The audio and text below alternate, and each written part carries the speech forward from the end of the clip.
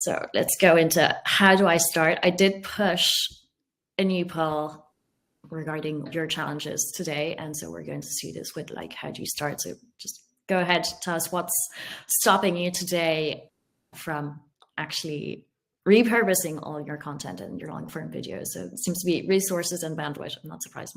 Mine too. Yeah. Yeah, resources and bandwidth seems to be the leading one by far. and resources and bandwidth, lack of time from Roberto. Okay. And lack of time as well. Yeah, that makes total sense. And sometimes, like, I mean, let's be honest, sometimes we can all understand the benefits of repurposing intellectually, theoretically, but the challenge is that there's just so many different things and ways that you can repurpose. And so one thing that we were hoping to do today is to simplify that a little bit based on like what we've been learning and what's been working for our clients at Chopcast. This is literally what we do for them. So here it is.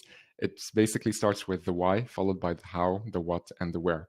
When you look at any piece of content, specifically webinars, because that's what we're talking about today, when you are repurposing that content, you can determine whether your goal is to basically drive brand awareness or to drive business development. If you're starting out from scratch, most likely your goal will be brand awareness, which is basically another way of saying getting the largest, most relevant audience size as possible to actually pay attention to your content and what you are creating for them. Business development, of course, is more aligned with sales, bottom of funnel, and so on.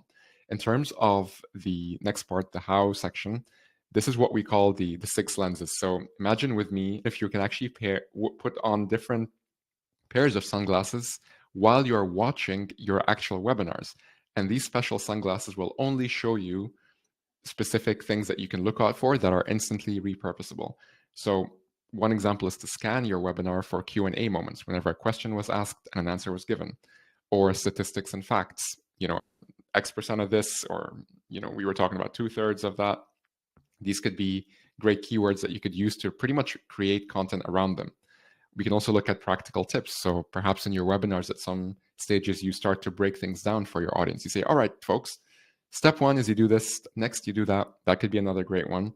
And then for the final 3, and those are actually really, really effective, focus on any part where there was a story or an anecdote being shared, especially in the age of this 2-letter word that I was hoping not to mention today, but yeah, the age of AI. There's so much that AI can do, but one thing that AI can't do, at least not yet, is to capture human stories. And so if you are actually sharing that within your webinar, these could be excellent, virtually non-replicable moments that you can share that are 100% unique to your brand. Last but not least would be, of course, anything that was unscripted that may come across as like a human moment or a funny moment. These can help to drive reach. Use them sparingly though. And then last but not least, of course, is anything that has like a social proof. I feel like I had said last but not least several times, but now we're really at the end. Now, the reason why we actually start with these lenses first before we say, okay, let's create some video clips or let's create some articles, is because when you start with these 6 lenses, you realize that actually you can turn any of these into video, audio, image, and written form. So you can see those here. No need to go through them. We may share some examples later on. But then when it comes to the actual distribution piece of it, a lot of times companies would say, we have so many subject matter experts, we have all this internal knowledge, all this internal expertise, but they're actually bottlenecked by the singular company post that would go out. Why do we do that? Why don't we tap into our leaders inside the company that we work at and have them share that content on, specifically if they have been part of it? So this is what we mean by personal brands, in addition to brand channels. And then last but not least would be community. So what we mean by community here is see who else you can partner with that shares common goals. So, Livestorm and Chopcast are 2 different companies, but we've partnered before. We're partnering again today to deliver this webinar because we have, joint goals, right? And so think about like who are the other companies that you can partner with, perhaps even influencers, and maybe there could be a way that you can help them and they can help you in terms of exposure. But this is just a quick look into the content repurposing framework. There is a ton more where this came from, and we'll tell you a little bit about where you can get this info for free at the very end. Great. It's a great What do you think? framework, very clear and very structured to help you get started, I think. Okay, so let's get into the different formats. Just gonna push out our last poll around how do you currently repurpose your content if you already are. So we've broken this into two. The first part we're going to go into is everything related to video, so repurposing video into other video formats, and the second part is any other type of format, so it may be audio or written. Okay, so we're seeing a lot around social posts, short videos. Yeah, makes sense. That's where the trend is, and I'd say it's almost the easiest in a way. Yeah, that's true. It is the easiest way to get started. Okay, so why, again, go for short form video, I think? Yeah, so as we said, going to come back to the stat that you showed earlier, is that there's a huge drop off in terms of interest for long form video. You're going to lose people. So getting that short digest format is just going to be much easier to get your message across, to actually get people to stay focused. We've lost focus with social media. Obviously, our concentration is very poor. So just go short and straight to the point, I think, is key. 100%. And Pauline, if you don't mind, I would almost love to ask folks for, social posts, blog articles, short videos, and even for ebooks, those who have voted, can you tell us in the chat, what is your current process to do that right now? Are you doing it, manually? Are you using, your team support? Do you have maybe like a virtual assistant? Are you using tools? It would be great if you can tell us a little bit more about that. But yeah, Pauline, like building on what you're saying, I think with webinars and long form content in general, it's not like short form replaces long form or short is the new long kind of thing. Both are absolutely important. It's just that sometimes, especially when you're building an audience from scratch, you really want to give them an appetizer before they come in to your proverbial restaurant and order maybe like a 3-course menu or something like that, which is that longer form content. And so there's no surprise that this research from HubSpot says that short form videos not only have the most attention, but marketers actually report that short form videos, actually have the most the biggest ROI compared to some of the other formats. And this doesn't, once again, it doesn't mean that, everything we should do is short form, because of course at some point you will need a long form format, but just recognize that both of them work hand in hand. Okay, so I'll just go briefly through this. The one thing we said is really to adjust to your different channels. So not only just, okay, I'm going to repost, but adapt to the format. The first and easy way is for a webinar, put it on demand. At least people who weren't able to attend live, they will be able to go see the replay, and anyone later on can come and sign up. There's not really a reformat there. But just want to push it out that it can stay an evergreen content.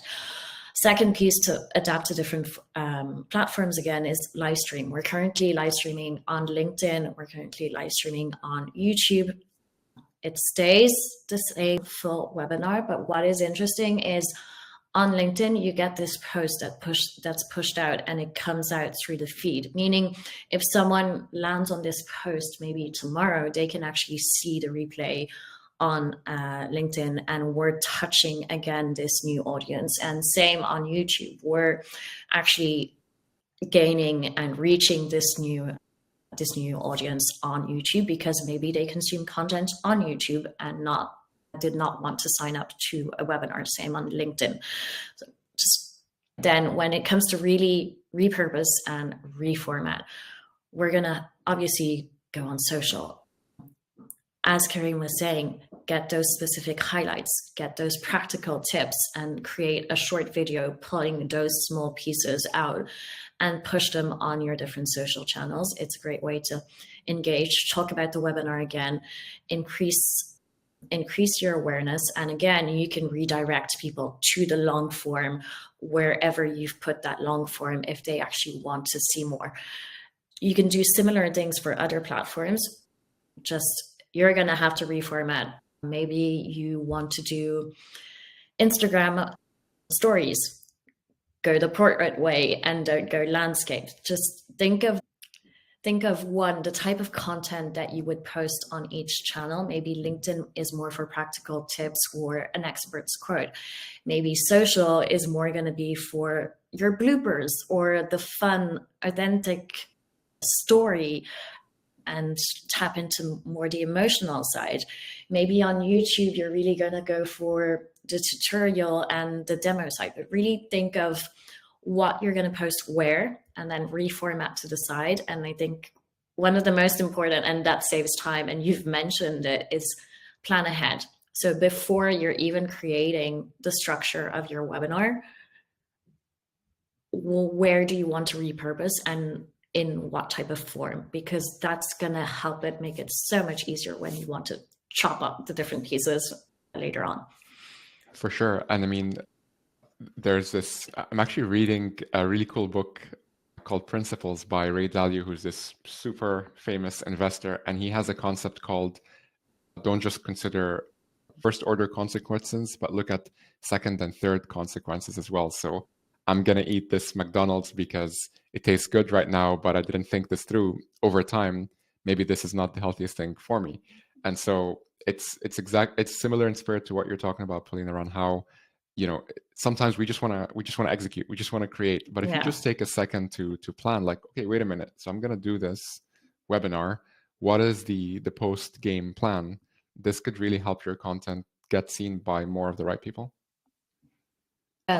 Yeah, completely. And I usually post a piece where I put an example there. I repurpose the polls. Maybe you can make an infographic after and things like that. I think we have a couple of videos that you shared. I'm just gonna it'd be great if we can find them and post here. So obviously learn on, but really interested in other tools that you're using for instructional design or marketing or anything that you're using that you think has been really critical to the success of your programs. And Lauren, I'll start with you. Now we're doing a lot of course authoring and Rise 360. Yeah. So just to, as you're cycling through those, Pauline, like these are just examples of, you know, repurposed content that like our team has developed, for example. You can honestly just do this yourself. It's a matter of like figuring out where the key moment starts and ends. So in that last clip, for example, this was literally just like a Zoom recording, but you know, you can actually take, you know, with some video editing, you can basically have certain parts of the slide be highlighted as that speaker is talking about them, adding captions. And I think, Pauline, going back to something important you said around like the different formats across different channels, I know that when we were working with like a lot of smaller teams, they were saying, whoa, like how do we find, again, the time and bandwidth thing, how do we find time for all of this? And so one of the things that we found in our research, which is actually very obvious in hindsight, is that if you had to pick one format, please consider creating vertical videos, so 9:16, that are no longer than a minute long. Sometimes we like to think of this as the golden format. And the reason why it is the golden format is because this is one format that all social media platforms finally agree on. You can post this on Facebook, YouTube, LinkedIn, Twitter, IG, and so on. Of course, if you have more time, it will be ideal if you can actually experiment with different aspect ratios and different formats in that regard. But if you're on a shoestring, you know, bandwidth and budget, consider just starting with these vertical videos, provided that they're no longer than a minute long. Yeah, completely agree. Just choose the formats that work and plan ahead.